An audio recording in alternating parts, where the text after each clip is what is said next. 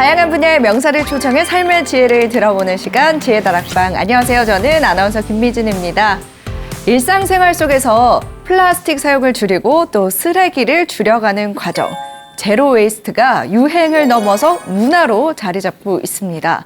이 제로 웨이스트란 정확히 무엇이고 일상생활 속에서 우리가 어떻게 실천할 수 있는지 알아보도록 하겠습니다. 여러분, 제로 웨이스트에 대해서 얼마나 알고 계시는지 궁금합니다.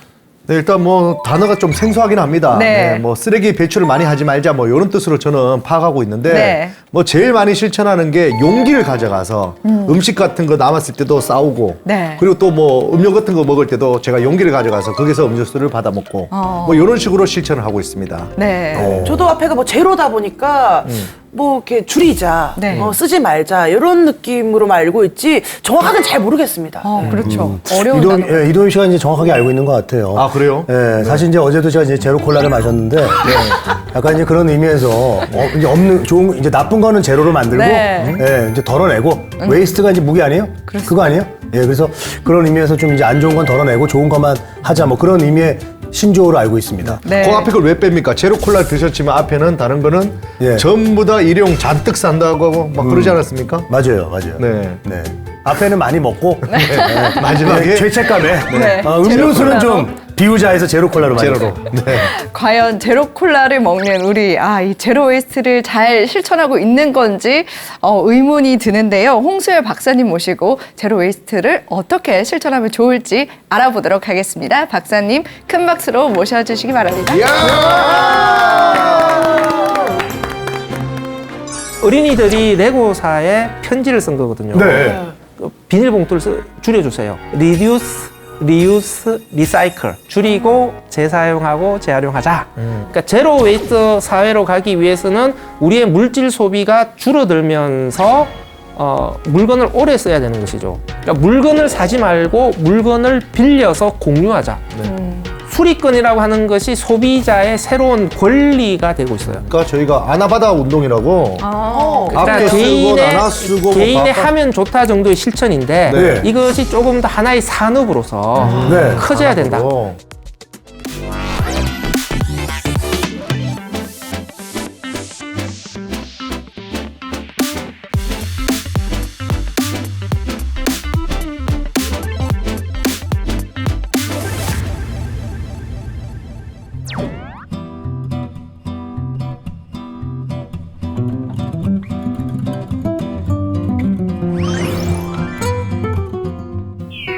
네, 안녕하세요. 반갑습니다. 자원순환 사회경제연구소 쓰레기 박사 홍수열입니다.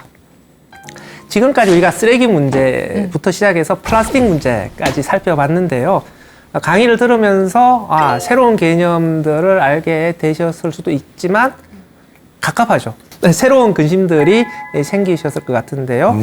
자, 우리 갑갑한 이 쓰레기 문제를 어떻게 풀 것인가? 과연 해결책은 없는 것인가? 이 문제를 이번 시간에 다뤄보도록 할 텐데요. 결국은 제로 웨이스트 사회로 우리가 과연 갈 수 있는 것일까? 어떤 실천들이 필요한 것일까? 이 부분을 한번 살펴보도록 하겠습니다. 저희가 아까 말했던 그 제로 웨이스트들 저희가 잘 실천하고 있는지 궁금해요. 네, 제로 웨이스트 개념의 핵심들을 모두 다 잘 말씀해 주셨어요. 용어가 생소한데요. 그럼 용어 그대로 해석하시면 됩니다. 그러니까 쓰레기가 제로가 되는 사회로 어떻게 갈 것인가? 라고 하는 것이죠. 그리고 결국은 쓰레기 발생량을 줄이면서 재활용이 잘 될 수 있는 사회로 가야 된다. 그렇게 가기 위해서 우리 개인의 실천과 우리 사회 시스템은 어떻게 변화되어야 될 것이냐. 이런 주제들이거든요. 그러니까 말씀하신 실천들이 제로 웨이스트로 가는 데 있어서 우리 개인들이 반드시 해야 될 실천들이고요. 아주 잘. 그래? 제로 콜라 마신 게요? 제로 콜라는 예고요. 제로 콜라는 제가 미처 생각을 못 했는데. 자, 그러면 제로 웨이스트로 가기 위해서 어떤 전략들이 필요할까? 3R에서 10R까지 설명이 나와 있는데요. 10가지. 복잡하게 나와 있는데 이것을 한 단어로 압축하게 되면 리디자인입니다. 재설계. 그러니까 우리가 물품을 생산하고 소비하는 이 시스템 전체를 뒤집어야 된다. 다시 새롭게 바꿔야 된다라고 하는 개념이고요. 리디자인을 어떻게 할 것인가와 관련된 이제 세부 전략들이 나오는데요. 가장 기본이 되는 전략이 3R이죠. Reduce, Reuse, Recycle. 줄이고 재사용하고 재활용하자. 익숙하신 분들도 있을 것이고 좀 생소하신 분들도 계실 것인데요. 앞으로 지구 시민으로서 살아가시려면 3R 정도는 아주 기본이 되는 상식으로 어디 가서라도 이야기하실 수 있을 정도가 되실 필요가 있겠죠. 지난 시간에 배워서 기억납니다. 아, 네, 훌륭하십니다. 그래서 다른 것은 다 잊어먹더라도 3R 정도는 기억을 하자라고 하는 것이고요. 이제 조금 더 제로 웨이스트에 대해서 조금 더 아는 척 하시려면 3R을 넘어서서 5R, 10R까지 이야기를 할 수 있으면 더 좋겠죠. 자, 먼저 5R을 살펴보겠습니다. 리듀스가 리퓨즈와 리듀스로 세분이 된 거거든요.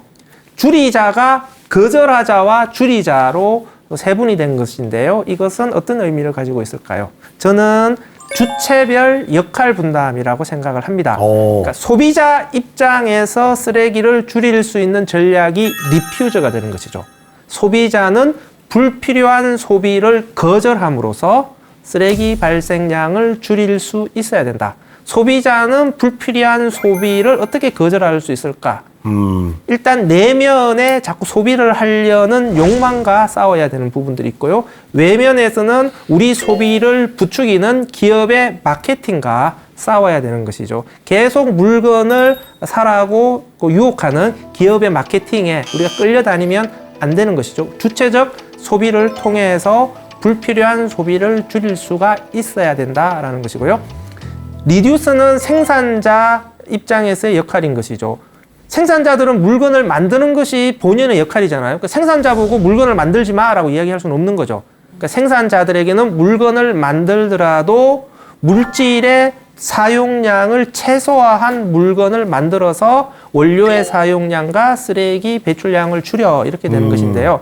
페트병을 예로 들면 소비자가 텀블러를 달고 다니면서 일회용 페트병 생수의 소비를 거절하는 것은 리퓨저가 되는 것이고요. 생산자 입장에서는 라벨을 벗긴다든지 아니면은 페트병의 두께를 얇게 만든다든지 아니면 일회용 페트병을 재사용할 수 있는 유리병으로 바꾼다든지 이런 생산 방식의 전환을 통해서 물건을 만들더라도 쓰레기 발생량을 줄일 수 있어야 된다라고 하는 것이 생산자 입장에서의 리듀스 전략들이 되는 겁니다. 리사이클이 리사이클과 라스로 구분이 되는 거죠. 라스는 썩히다 이런 뜻인데요. 썩을 수 있는 쓰레기는 따로 골라내어서 퇴비로 만들자. 이런 재활용 전략이 될 텐데요. 지금 우리나라 국민들은 음식물 쓰레기를 분리 배출해서 따로 수거해서 퇴비로 만들고 있습니다. 이제 큰 틀에서 보게 되면 우리나라에서도 랏 모델이 작동하고 있다라고 볼 수가 있는데요. 제로 웨이스트 운동 차원으로 들어가게 되면 랏 모델은 단순히 음식물 쓰레기 분리 배출을 잘하자라고 하는 것을 넘어서서 발생원에서 음식물 쓰레기를 퇴비화시켜서 도시 내에서 도시농업과 연계시켜서 사용하자 뭐 이런 전략까지 가게 됩니다. 그래서 각 가정별로 음식물 쓰레기 퇴비화통을 설치를 해서 음식물 쓰레기를 퇴비로 만들거나 아니면 아파트 단지 같은 곳에 퇴비로 만들 수 있는 기계를 설치해서 음식물 쓰레기를 퇴비화 기계로 분리 배출하면 바로 즉석에서 퇴비로 만들 수 있는 이런 시스템을 만드는 것을 이야기를 합니다. 자, 10R 전략으로 가게 되면요. 리듀스가 또 세 가지로 세분이 되죠. 리퓨즈, 리띵크, 리듀스. 리띵크가 새로 추가가 되었습니다. 네. 생각을 바꾸자라고 하는 것인데요. 이게 어떤 개념이냐면 리퓨즈라고 하는 것은 우리의 소비 자체를 줄이는 거예요. 근데 리싱크는 소비 자체는 줄이지 않더라도 우리가 제품을 생산해서 소비하는 방식을 바꿈으로써 똑같은 소비를 유지하더라도 제품의 소비량은 줄이자. 이것이 리싱크 전략인데요. 이게 무엇일까요? 공유 전략과 멀티 전략이에요. 그러니까 물건을 사지 말고 물건을 빌려서 공유하자. 우리가 사용하는 제품들은 1년 365일 24시간 사용하진 않아요. 가끔씩 사용하는 것도 많잖아요. 네. 가끔씩 사용하는 것을 굳이 사서 내 소유로 그냥 집안에 계속 쓰지도 않는 상태로 네. 보관할 필요가 뭐가 있느냐. 필요로 할 때 쉽게 빌릴 수만 있다면 굳이 사지 않아도 되는 거 아니냐. 이게 공유 개념이에요. 그래서 소유 경제에서 공유 경제로 전환하자. 그러니까 공유 경제가 활성화가 되면은 10사람이 2개의 제품만을 가지고도 돌려 씀으로써 충분한 소비를 할 수가 있다는 거죠. 소유 경제에서는 10사람이 하나씩 다 갖고 있어야 되니까 10개의 제품을 만들어야 되는데 공유 경제로 가게 되면은 2개만 만들어도 이전에 10개의 제품을 만들었던가 동일한 그러니까 소비를 할 수가 있게 되는 것이죠. 그래서 돌려 쓰는 방식으로 제품의 소비는 줄일 수가 있다라고 하는 게 공유의 개념이고요. 멀티 기능은 지금 쓰시는 복합기 생각하시면 돼요. 예전에는 프린트, 복사기, 스캐너, 팩스기 다 따로따로 만들었잖아요. 그렇죠. 근데 지금은 복합기 안에 다 들어가 있어요. 네네. 그러니까 한 제품 안에 여러 기능을 심음으로써 여러 용도로 쓸 수 있도록 하자. 그러면 그 용도별로 제품을 만들지 않아도 된다라고 하는 것입니다. 그래서 우리의 제품을 생산하고 소비하는 방식, 접근 방식을 좀 뒤집어서 다시 새롭게 설계를 하게 되면은 제품을 그만큼 낭비하지 않아도 된다. 이게 리싱크 전략이 되겠고요. 리유스가 리유스, 리페어, 리퍼비시, 리매뉴팩처, 리펄퍼스 이렇게 5가지로 세분이 된 것인데요. 리유스가 뭐예요? 물건을 오래 쓰자는 거잖아요. 물건을 어떻게 오래 쓸 수 있을까라는 것을 세분화해서 접근하는 것인데요. 내가 쓰지 않더라도 다른 사람이 중고품으로 쓸 수 있으면 되잖아요. 그렇죠. 그게 이제 일반적으로 리유스 개념이 되는 것이고요. 그다음에 고장이 났을 때 이것을 수리해서 쓸 수가 있어야 되는 것이죠. 이게 리페어가 되는 것인데요. 요즘은 right to repair라고 해서 수리권이라고 해요.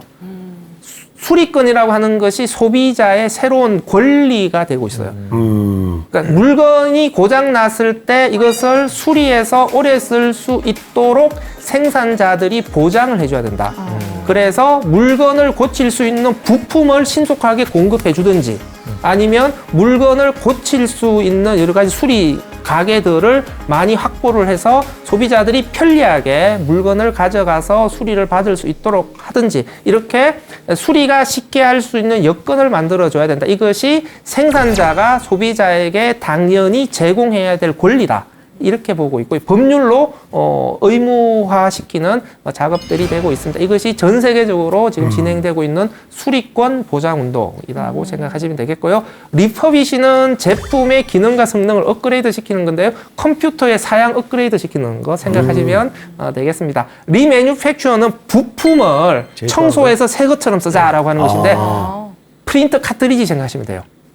프린터 카트리지 지금 토너 다 비우면 쓰레기로 버리잖아요. 네. 그런데 빈 카트리지를 가져가서 나사를 푼 다음에 안을 청소한 다음에 토너 가루를 채우면 새 카트리지가 되는 것이죠. 그래서 이 재제조 방식을 통해서 부품을 새 것처럼 오래 쓸 수 있다라는 것이 리매뉴팩처, 재제조 개념이 되겠고요. 리펄퍼스는 용도 바꾸기죠.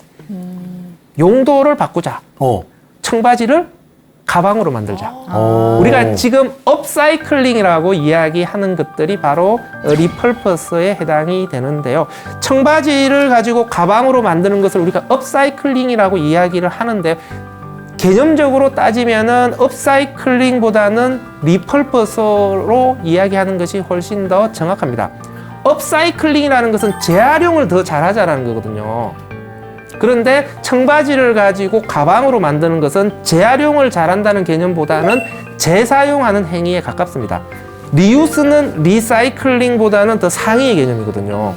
그래서 업사이클링 개념에 묻기보다는 재사용의 범주에서 현재 우리가 청바지를 가지고 가방을 만드는 행위를 구분시켜 주는 것이 훨씬 더 정확하다라고 말씀드릴 수가 있겠고요. 지금 리유스가 이렇게 세분화되었는데 뭐 말장난하는 거 아니냐?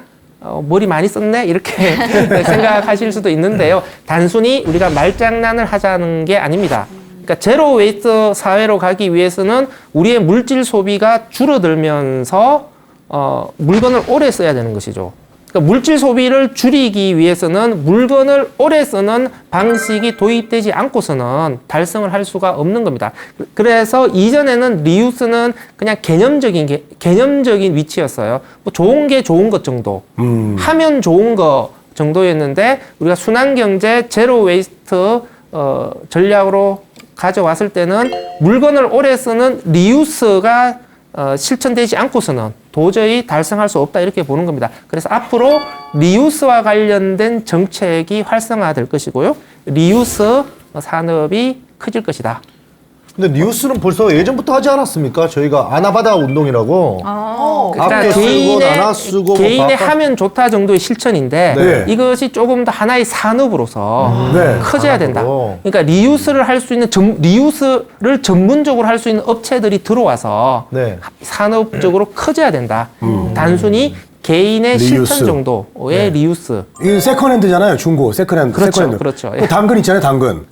그렇죠. 당근 같은 네. 것도 결국은 리유스를 활성화시킬 수 있는 플랫폼이죠. 새로운 플랫폼이 만들어진 거잖아요. 그래서 재사용을 위한 그런 플랫폼, 온라인 플랫폼이 활성화되는 것이 필요하다. 이런 것도 하나의 새로운 재사용 산업으로 가기 위한 새로운 인프라가 만들어진 것이다. 이렇게 이해를 하시면 되겠습니다. 자, 이제 제로 웨이스트 개념들을 한번 살펴볼 텐데요. 제로 웨이스트 개념은 크게 세 가지로 볼 수가 있습니다. 첫 번째, 쓰레기 발생량 자체를 제로로 만들자. 소비를 하지 말자는 얘기죠. 그러니까 물질 소비의 총량이 줄어들어야 된다. 근데 소비 자체를 할 수는 없잖아요.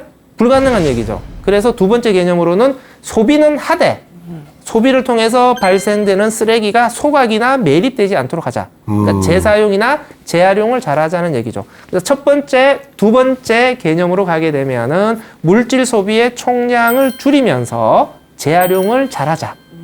이게 제로 웨이스트의 양적 개념이 됩니다. 세 번째로는 제로 웨이스트의 질적 개념인데요. 쓰레기의 독성을 줄이자. 그러니까 제품에 사용되는 유해 물질과 플라스틱의 사용량을 줄임으로써 쓰레기의 독성을 줄이자. 이게 제로 웨이스트의 질적 개념이 될 텐데요. 흔히들 우리가 제로 웨이스트 그러면 양적 개념으로만 생각을 하는데요. 질적 개념까지 같이 생각할 수 있어야 됩니다. 제로 웨이스트 행사들이 요즘 많이 개최되고 있는데요. 네. 제로 웨이스트 행사로 가게 되면 기념품으로 항상 뭘 주냐? 플라스틱. 대나무 칫솔을 줘요. 그렇죠. 대나무 칫솔 혹은 천연 수세미. 이런 것들 많이 받으시는데요. 근데 곰곰이 생각해 보면 대나무 칫솔을 사용하면은 제로 웨이스트일까라는 의문을 가지게 돼요. 왜? 대나무 칫솔을 쓴다고 해서 쓰레기 발생량이 줄어들지는 않거든요. 네. 그리고 대나무 칫솔은 분리배출 대상도 아니에요. 그리고 대나무 쓰레기란 칫솔모는 플라스틱이잖아요. 칫솔 모도 플라스틱이고 손잡이가 대나무인데 이 손잡이 대나무도 재활용은 안 돼요. 안 돼요? 현재 종량제 봉투로 배출해야 된단 말이에요. 그러니까 플라스틱 칫솔을 대나무 칫솔로 바꾼다고 하더라도 쓰레기 발생량이 줄어드는 것도 아니고 재활용이 더 잘 되는 것도 아닙니다. 그럼 리유스 해야 되겠네요. 그런데 왜 이게 제로 웨이스냐? 라고 의문을 제기할 수 있는데요. 그러니까 세 번째 질적 개념까지 들어와야 되는 것이죠. 대나무 칫솔을 사용하게 되면은 플라스틱 사용량을 줄이잖아요. 플라스틱 칫솔을 대나무 칫솔로 바꾸니까 그러니까 플라스틱 사용량을 줄이는 행위도 제로 웨이스트 개념에 들어오게 되는 거죠. 플라스틱을 줄이기 때문에. 대신 대나무가 다 주고 나가지 않습니까? 대나무는 끊임없이 잘합니까? 한 해 살이로 생산이 잘 되는 거기 때문에 물론 대나무라고 하더라도 양이 너무 많아져 버리면 생태계 파괴 문제가 발생하니까 정도껏 해야 되는 거죠. 그렇죠. 팬더가 대나무 좋아하니까. 팬더가 굶어주고 있는데. 네네네. 그 칫솔 주면 되잖아요. 아, 그래요? 재사용. 리유스네요. 네. 그래서 제로 웨이스트는 양적 개념과 질적 개념 두 가지를 두루두루 종합적으로 이해를 해야 우리 제로 웨이스트의 활동의 폭이 넓어진다. 요 점을 강조드리고 싶고요. 두 번째 시간에 저희가 순환경제 제가 강의를 했는데요. 그럼 순환경제와 제로 웨이스트의 관계는 뭐냐? 순환경제가 조금 더 퀄리티 높은 좋은 개념이고 제로 웨이스트는 조금 수준 낮은 개념이냐? 또 이렇게도 이해를 하시는 분이 계시는데 그렇지는 않습니다. 제로 웨이스트와 순환 경제는 같은 이야기예요. 순환 경제를 다시 요약하면은 물질의 총 소비량을 줄이면서 재생 원료의 사용을 늘림으로써 천연 자원의 투입과 쓰레기 배출이 최소화된 경제 시스템으로 가자라는 것이 순환 경제의 개념이었잖아요. 결국은 앞서 말씀드렸던 제로 웨이스트 개념과 똑같은 이야기를 하고 있어요. 그래서 제로 웨이스트와 순환 경제는 같은 개념이다. 가치에 개념의 우열이 있는 것은 아니다. 그리고 제로 웨이스트는 오히려 시민의 관점에서 자원의 문제와 쓰레기 문제를 바라보는 것이다. 그러니까 시민의 관점에서 쓰레기 문제를 어떻게 해결할 것인지에 대한 직관적이면서 실천 지향적인 개념을 제시해 주는 것이다. 그래서 우리가 시민들과 함께 이야기할 때는 순환 경제라는 추상적인 이야기보다는 제로 웨이스트라는 개념을 사용하는 것이 시민들이 조금 더 쉽게 문제를 이해할 수가 있게 될 겁니다. 제로 웨이스트 사회로 가기 위해서 우리 시민들은 무엇을 할까라는 것인데요. 저는 시민 실천과 시민 행동으로 구분해서 접근을 해야 된다고 생각합니다. 시민 실천이라는 것은 시민들이 할 수 있는 개인의 실천이죠. 그러니까 불필요한 소비를 억제하고 물건을 오래 쓰고 그쵸. 일회용품을 안 쓰고 플라스틱을 덜 쓰고 분리배출을 잘하고 쓰레기를 함부로 버리지 않고 함부로 버린 쓰레기는 잘 줍고 이것들이 개인이 할 수 있는 실천의 범위예요. 근데 문제는 시민들이 개인 실천을 잘 한다고 해서 쓰레기 문제가 바로 체감적으로 해결되는 것처럼 보이지는 않는다라는 거죠. 내가 개인적인 실천을 열심히 하더라도 쓰레기 문제는 오히려 점점 더 커져가는 것이죠. 그러면 시민들이 좌절감, 시리에 빠지게 됩니다. 장바구니를 열심히 들지만 장바구니 안이 비닐로 가득 차게 돼요. 왜냐? 물건을 만들 때부터 비닐에 싸서 판매를 하잖아요. 그러니까 물건이 생산되고 판매되는 과정에서 이미 비닐이 사용되고 있기 때문에 장바구니를 든다는 나 개인의 실천만으로는 비닐 사용량이 줄어들지가 않는 것이죠. 그러니까 비닐 사용량이 줄어들려면 어떻게 해야 되나요? 장바구니를 든다는 내 개인의 실천과 더불어서 물건을 만들 때부터 비닐을 덜 써야죠. 네.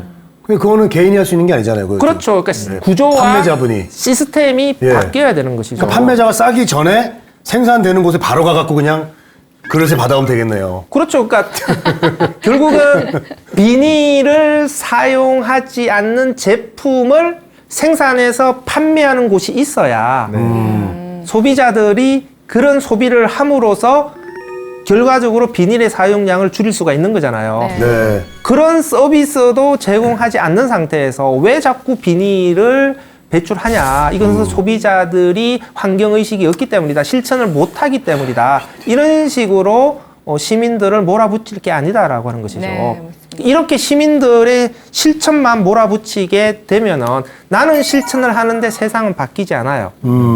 그러면 죄책감만 높아지게 되고 좌절감만 커지게 됩니다. 죄책감이 높아지고 좌절감이 커지게 되면 민감하신 분들은 우울증에 빠져요. 맞아요. 쓰레기 우울증, 기후 우울증으로 빠지시고요. 네. 대다수의 사람들은 패배주의, 냉소주의로 빠지게 되겠죠. 아이고. 우리가 실천을 해봤자 어쩔 수 안 돼. 세상은 변하지 않아. 나만 잘한다고 되는 게 아니야. 네. 이런 식으로 문제를 냉소적으로 바라보게 됩니다. 제가 산 증인입니다.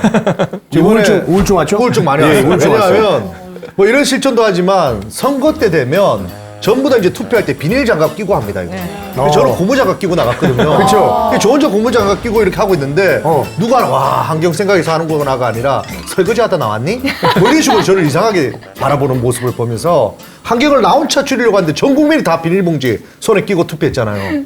그렇죠. 이제 제로 웨이스트 활동을 하시는 분들이 주변의 시선 때문에 많이 괴로워하세요. 네. 그러니까 그 우리 비닐 그거는 저 그때 코로나 때문에 어쨌든 그 종이를 없애기 위해서 그 비닐 없애기 위해서 제가 고무장갑 끼고 나갔잖아요. 비닐 사용량을 줄이기 위해서 자기 집에서 개인 장갑을 끼고 가면 안 되냐라는 제로웨이스트 활동가들도 많았습니다. 그런데 그런 개인의 대안과 실천 자체를 아예 무시하고 무조건 정해준 대로 비닐만 써야 된다. 그런데 제로웨이스트 활동가 입장에서는 그 불필요한 비닐 장갑 쓰레기가 나오는 게 굉장히 불편한 거거든요. 그렇죠.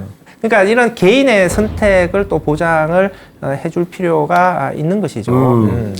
시민 개인의 실천뿐만 아니라 그 개인이 실천을 더 잘할 수 있는 구조와 시스템의 변화가 같이 병행해서 되어야 된다는 것이고 이렇게 될 수 있도록 우리가 또 요구를 해야 되는 거죠.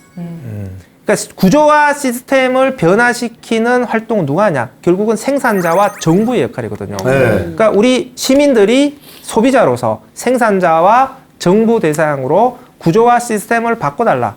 과대포장이 없는 제품을 만들어달라. 재활용이 잘 되는 제품을 만들어달라. 플라스틱을 덜 쓰는 제품을 만들어달라.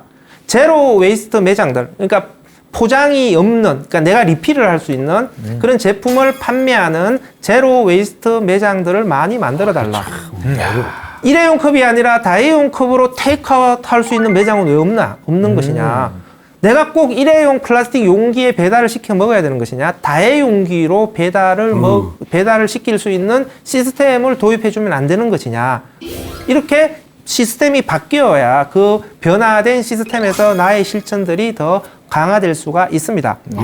이런 시스템이 갖춰지지 않는 상황에서 개인에게만 실천을 하지 않는다고 윽박지를 문제는 아닌 것이죠. 따라서 우리 시민 개개인은 내 스스로 실천을 잘하자라고 하는 것을 넘어서서 사회의 변화를 적극적으로 요구하는 시민 행동도 적극적으로 할 필요가 있다라고 하는 것인데요. 시민 행동은 어떻게 할 것이냐? 돈초리와 회초리를 휘둘러야 되는 것이죠. 돈초리, 회초리요? 돈초리라고 하는 것은 결국 가치 소비, 미닝 아웃이라고 하는 것이죠. 시장에서 자신의 가치를 드러내는 것이죠. 시장에서의 친환경적인 구매 활동들을 통해서 시장 안에서 기업의 활동들을 변화시키는 것이 돈초리를 휘두르는 활동들이 되는 것이고요. 회초리는 소비자의 직접 행동이죠. 우리가 어택이라고 많이 합니다. 기업들에게 소비자의 요구를 직접적으로 이야기를 하는 것인데요. 편지를 써서 기업의 변화를 촉구한 아주 부드러운 어택도 있고요. 쓰레기를 가져가서 기업에게 던지는 아주 적극적이고 강력한 어택도 있을 텐데요. 개인의 취향에 맞게끔 어떤 형태든지 우리가 기업들에게 우리 시민 개개인의 불만들을 이야기할 수 있는 그런 행동들이 필요하다라고 생각을 합니다. 우리는 정부 대상으로만 규제를 강화해달라는 이야기를 해요. 그런데 기업이 바뀌지 않으면 정부 혼자서는 규제를 강화시킬 수가 없습니다. 따라서 우리 시민들이 정부뿐만 아니라 기업들 대상으로도 시스템을 바꾸기 위한 적극적인 요구를 해야만 규제가 강화됨으로써 비로소 변화가 일어날 수 있다라고 하는 것이고요. 시민 행동이 활발하게 되기 위해서는 모임들이 필요해요. 풀뿌리. 혼자서는 할 수는 있지만 쉽지는 않습니다. 혼자서 하기보다는 여러 사람들이 힘을 합쳐서 환경과 관련된 이야기를 하면서 같이 공동의 행동을 도모할 필요가 있는 것이고요. 이런 풀뿌리에서의 시민들의 자발적 모임이 많아지도록 지원할 수 있는 조직들이 필요한 것이고요. 환경단체들이 이런 역할들을 적극적으로 수행할 필요가 있습니다. 그래서 환경의 뜻을 가지고 있는 시민들이 자발적 모임 속에서 쓰레기와 관련된 이야기를 많이 하는 것이죠. 이걸 우리가 쓰담이라고 합니다. 쓰담이 많아지게 되면은 쓰레기와 관련된 문제인식이 싹트게 될 것이고요. 우리가 문제를 느끼게 되면 분노를 하게 되고, 분노를 하게 되면은 뭐라도 하자라는 생각이 싹트게 되죠. 그러니까 작당 모의가 이루어지게 되고요. 이런 작당 모의가 이루어지게 되면 결국은 문제 제기로 갈 수가 있습니다. 이런 선순환 시스템이 만들어져야 될 텐데요. 일단 문제인식 단계에서 우리가 조심해야 될 것은 프레임에 갇히면 안 됩니다. 프레임은 우리가 문제를 바라보는 시야를 좁게 만듭니다. 페트병의 경우에도 페트병 재활용 프레임에 심하게 갇혀버려요. 재활용되니까 페트병은 써도 되는 것이야. 그러니까 페트병을 사용하는 것은 문제가 없고 분리 배출해서 재활용만 잘하면 돼. 재활용을 어떻게 잘할까? 모든 문제를 이렇게만 바라봅니다. 하지만 그 전에 일회용 페트병을 쓰는 것 자체가 문제다라는 문제의식을 가져야 되는 것이거든요.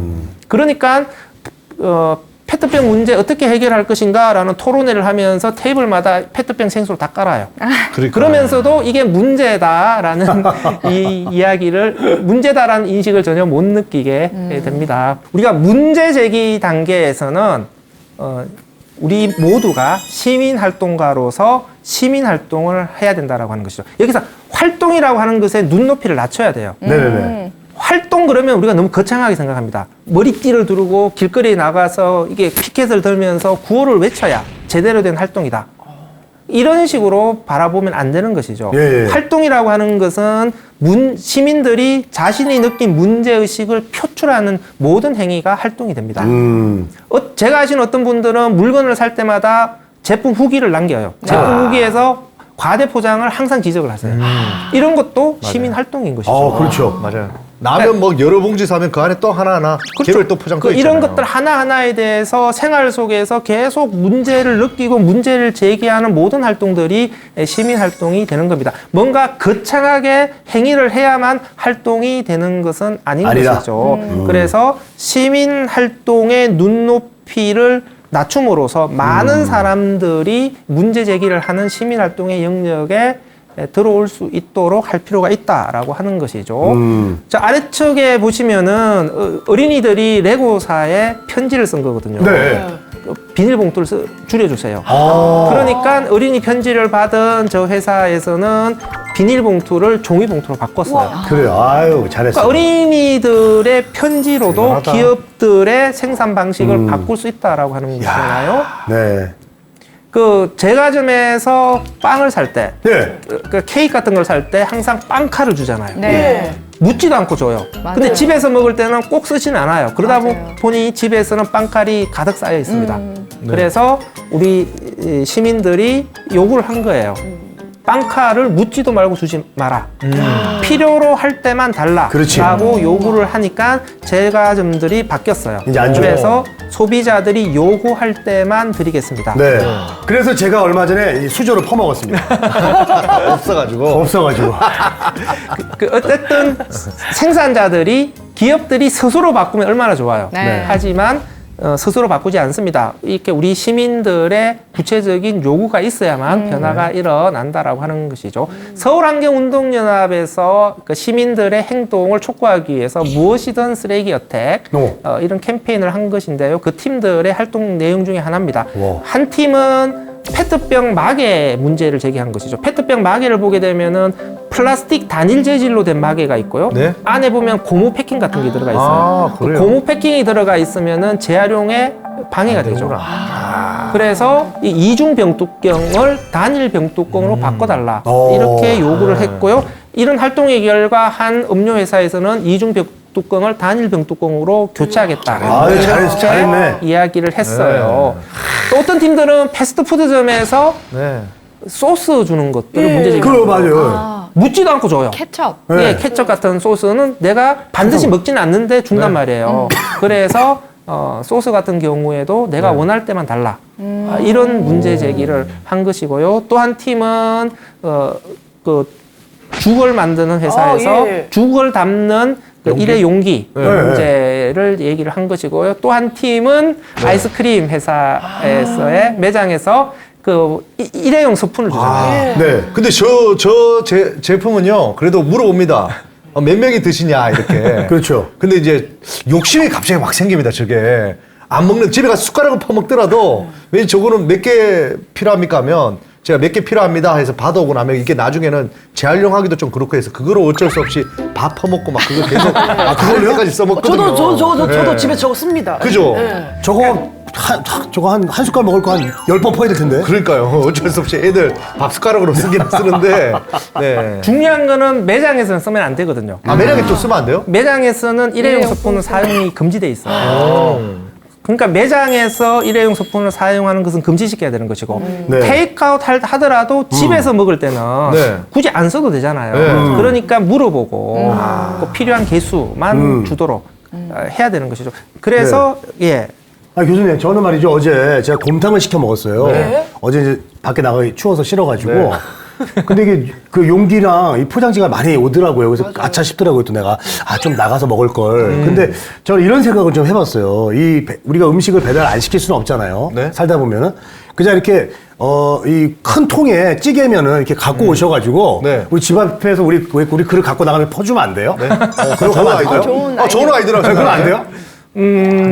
그 비즈니스 모델이 나올지는 모르겠어요. 이거 우리가 아니, 만들어야 우리 돼. 배식할 때, 우리 군대에서 배식할 때도 이렇게 와서 퍼주잖아요. 막 그 동네 단위의 마을 잔치 같은 네. 그때 할 경우에는 괜찮겠죠. 아니면 여러 사람이 공동으로 충분히 이용할 수 있으면 가능한 모델이라고 생각하고요. 그렇게 했으면 좋겠어요. 아니면 아예 음식점에서 예. 다해 용기로 배달할 수 있는 다해용 도시락에 혹은 다해 용기에 배달을 해줄 수 있어요. 우리가 15년 전만 해도 사실 제가 중식을 시키면은 그릇을 우리 갖고 왔어요, 그분들이. 그리고 우리가 그릇을 앞에 내놓습니다. 네. 그럼 도로 가져가서 또 쓰고 이렇게 한다고요. 네, 그렇죠. 배달하시는 분들이 힘드니까. 예. 그러니까 지금은 그 배달 시스템에서 일회용 용기를 쓰는 배달 시스템으로 다 전환이 돼버렸는데 네. 그것을 다해용기로 배달시킬 수 있는 시스템으로 다시 바꾸자, 복원하자라고 하는 것이 제로 웨이스트 운동이에요. 뒷부분에 그 얘기가 나옵니다. 아유, 예. 그래서 이제 일회용품을 어떻게 줄일까라는 고민인데요. 일회용품 중에서 제일 문제가 되는 게 테이크아웃 되는 일회용 컵, 다음에 배달되는 일회용 용기거든요.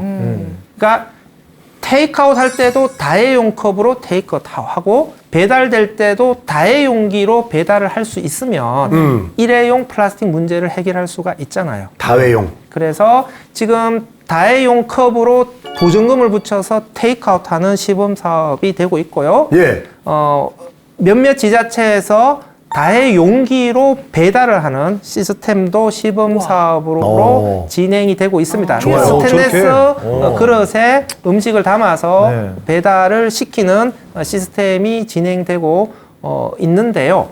이 시스템이 활성화되기 위해서는 어떻게 해야 될 것인가? 일단 다해용이잖아요. 네. 반복해서 써야 되니까 나갔던 놈이 들어와야 돼요. 네. 나갔던 용기가 들어올 수 있도록 해주는 게 필요합니다. 그렇지. 나갔던 용기가 들어올 수 있도록 하려면 일단 보증금 시스템이 있어야 돼요. 그러니까 보증금을 붙여서 소비자가 다시 용기를 반납할 수 있도록 해야 되는 것인데요. 이 보증금 시스템은 전통적으로 많이 쓰는 방식인데 문제는 소비자들이 구매를 할 때 가격이 올라가는 듯한 착시 효과가 느낌이 있어요. 있죠. 예, 그러니까 이 부분이 좀 불만이 있어서 요즘은 QR 인증 시스템이라는 새로운 시스템이 나왔어요. 그러니까 용기에 QR 각인을 하고요. 네. 앱을 다운받아서 QR 인증을 하게 되면 네. 그 소비자가 어느 매장에서 테이크아웃 했다라는 정보가 입력이 되는 거죠. 그럼 보증금이 없이도 다해 용기를 테이크아웃 할 수가 있어요. 그런 다음에 5일 이내에 반납을 해야 돼요. 5일 이내로 반납을 하지 않으면은 그 시스템에서는 이분이 다해 용기를 구매하셨구나. 그래서 앱에 입력된 개인 정보를 통해서 컵 가격이 자동 결제가 돼버려요. 그래서 5일 이내로 반납하지 않으면 사후 응징을 하는 시스템을 통해서 용기를 반납할 수 있도록 하는 것이죠. 네. 그래서 다해용기가 사용이 활성화되려면 다해용기가 반납될 수 있는 시스템이 만들어져야 된다. 다음 두 번째, 전문적인 세척 살균 시스템이 만들어져야 된다. 밖에 나간 그릇이 어떻게 사용됐는지 모르잖아요. 네. 그러니까 소비자들은 위생에 대한 우려를 할 수가 있어요. 예. 이 위생에 대한 우려를 해소하려면은 개인의 이 설거지에만 의존하게 되면 해소가 안 돼요. 그래요. 그래서 좀 더 기계적인 전문적인 살균 세척 시스템을 거쳐서 네. 관리가 된다는 것을 보여줘야 소비자들이 위생에 대한 우려를 씻을 수가 있습니다. 그래서 아니 정말 그 보증금 시스템 참 좋은 것 같아요. 네. 그 지하철 탈 때도 지하철 이용하시죠? 네, 제가 네. 이용하는데 일회용 교통카드를 하면은 이제 500원을 더 내야 돼요. 맞아. 보증금을 내고 다 타고 나서 500원 다시 반원 받거든요. 그렇지. 네, 정말 아이디어가 좋은 것 같아요. 그러니까 보증금이라고 하는 것은 결국은 본인이 실천만 잘할 수 있으면 손해보는 시스템이 아니거든요. 그렇죠. 그러니까 개인들의 친환경적인 실천을 유도할 수 있는 좋은 시스템이니까 좀 이런 시스템이 앞으로 확대될 필요가 있다라고 생각을 합니다. 네. 그런데 지금 일회용품이 다회용기로 전환되는 데 있어서의 지금 가장 큰 문제는 비용이에요. 다회용기를 사용하는 게 수거와 세척 비용이 있기 때문에 일회용기를 쓰는 것보다 비싸요. 규모가 커지게 되면은 규모의 경제를 통해서 비용이 줄어들 수가 있을 텐데 거기까지 가기까지 어떻게 버틸 거냐의 문제인데요. 규제가 강화되면 될 수가 있을 텐데 지금 규제 강화도 쉽지가 않습니다. 그래서 지금 시점에서 다회용기가 활성화되려면 비싸더라도 소비자가 다회용기를 선택할 수 있도록 해줘야 돼요. 이런 마케팅을 어떻게 할 거냐? 첫 번째, 가치 소비 마케팅이 있어요. 환경을 생각해서 비싸더라도 씁시다. 근데 소비자가 많이 호응해 줄지는 미지수예요. 그렇기 때문에 조금 더 실질적인 마케팅이 필요한데요. 그래서 생각해 볼 수 있는 게 안전 마케팅이에요. 플라스틱에 뜨거운 음식을 담으면 미세 플라스틱 문제가 발생한다 그랬잖아요. 네. 그러니까 미세 플라스틱으로부터 우리가 안전해지려면 텀블러나 스테인레스로 되어 있는 다회용기를 쓸 수가 있어야 되는 거죠. 이러면 네. 비싸더라도 우리가 다회용기를 쓸 수가 있는 것이죠. 우리의 건강을 생각해서. 그렇죠. 세 번째로는 배출의 편리함이죠. 일회용기 같은 경우에 세척해서 분리배출을 해야 되잖아요. 그런데 다회용기면 음식을 먹고 그릇을 닫아서 문 앞에 배출해 놓으면 세척하는 업체에서 다 해결해 줍니다. 그래서 분리배출의 편리함이 있습니다. 세 번째로는 프리미엄 서비스의 고급화인데요. 예쁜 그릇에 이렇게 식사를 하게 되면 식사의 품격이 올라가는 그렇죠. 이런 효과가 네. 있을 겁니다. 그래서 좀 이런 실질적인 마케팅을 통해서 소비자들이 비싸더라도 다회용기를 쓸 수 있는 분위기를 만드는 것이 일단 필요하다라고 생각을 하고요. 그다음에 일회용 포장재를 어떻게 줄일 것이냐라고 하는 것인데요. 세 가지 방법이 있어요. 포장재 자체를 아예 쓰지 않거나 아니면 재사용 포장재를 쓰거나 아니면 소비자의 리필 소비가 강화되는 것인데요. 프랑스처럼 과일이나 채소의 경우에는 플라스틱 일회용 포장재의 사용을 금지시킬 수도 있어요. 2022년부터 프랑스에서는 이런 규제가 작동을 하고 있습니다. 두 번째로는 재사용 용기를 쓰는 것인데요. 우리나라에서도 소주병이나 맥주병 같은 경우에는 유리병인데 보증금을 붙여서 다시 반환을 받아서 회사에서 세척해서 재사용을 해요. 그러니까 소주, 맥주병만 그럴 것이 아니라 생수병이라든지 음료병이라든지 우유병이라든지 아니면 다른 모든 용기들 같은 경우에도 보증금을 붙여서 다시 반납받아서 씻어서 재사용할 수 있는 방식을 도입을 하게 되면 재사용을 통해서 일회용 포장재의 사용을 줄일 수가 있게 될 것이고요. 마지막으로 소비자의 리필 소비가 많아져야 된다는 것인데요. 소비자의 리필 소비가 많아지려면 가까운 곳에 포장이 없는 제품을 판매하는 제로 웨이스트 매장이 많아져야 되는 것이죠. 장바구니에 자기 용기를 담아서 차를 타고 1시간 가야 된다면 누가 이용을 할 수가 있겠습니까? 걸어서 15분 이내에 동네에서 제로 웨이스트 매장을 이용할 수 있어야 우리의 제로 웨이스트 소비가 많아질 수가 있을 거고요. 이런 제로 웨이스트 매장이 많아지려면 일단 규제가 강화돼야 되고요. 제로 웨이스트 매장을 열 수 있도록 지자체 차원에서의 지원들이 있어야 될 것이고요. 세 번째로는 우리 주민들 스스로가 제로 웨이스트 소비에 대한 인식이 강화가 돼야 됩니다. 우리 동네에 제로 웨이스트 매장이 만들어졌을 때 제로 웨이스트 매장을 적극적으로 이용해 줘야만 제로 웨이스트 매장이 활성화가 될 수가 있을 겁니다. 그러니까 이런 인프라의 확대와 소비자 개인의 실천을 통해서 우리가 제로 웨이스트 사회로 한 발짝 더 갈 수가 있을 것이고요. 똥이라고 하는 한자를 보게 되면 쌀의 다른 모습이다. 이렇게 해석이 됩니다. 그러네요. 똥이 쌀이 되고 쌀이 똥이 되는 생태계의 순환 흐름을 보여주는 것이고요. 제로 웨이스트라고 하는 게 복잡하고 어려운 것이 아닙니다. 이 제로 웨이스트의 개념들이 저 똥분자라는 한자에 모두 담겨 있습니다. 그래서 쓸모없이 쓰레기로 버려지는 물질이 없는 사회로 갈 수 있도록 우리 모두의 실천과 노력, 관심이 필요합니다. 이상으로 강의를 마치도록 하겠습니다. 네, 4주간 귀한 강연해주신 홍수열 소장님 감사드리고요. 잘 살 수 있는 방법, 이 건강한 지구를 위한 방법 계속해서 노력하면서 모두가 실천해야 될 것 같습니다. 지혜다락방은 여기서 인사드리고요. 다음 주 이 시간에도 알찬 내용으로 찾아뵙도록 하겠습니다. 함께해 주신 여러분 고맙습니다. 안녕. 안녕히 계세요. 안녕. 오늘은 이 갓생을 사는데 가장 중요한 요소는 무엇이 있는지 알아보는 시간을 가져볼까 하는데요. 진짜 귀찮고 힘들고 난 정말 안 하고도 살고 싶은데 네. 네. 정리 좀 안 하면 안 될까요? 정리되지 않은 공간 속에 정리되지 않은 물건들 때문에 낭비를 느끼거나 스트레스를 받는다면 어쩌면 해야 될 요소가 정리일 수 있겠죠? 어떻게 하면 잘 정리할 수 있을까? 정리가 힘든 분들한테 도움을 줄 수 있는 조언을 오늘 말씀드리도록 하겠습니다. 네.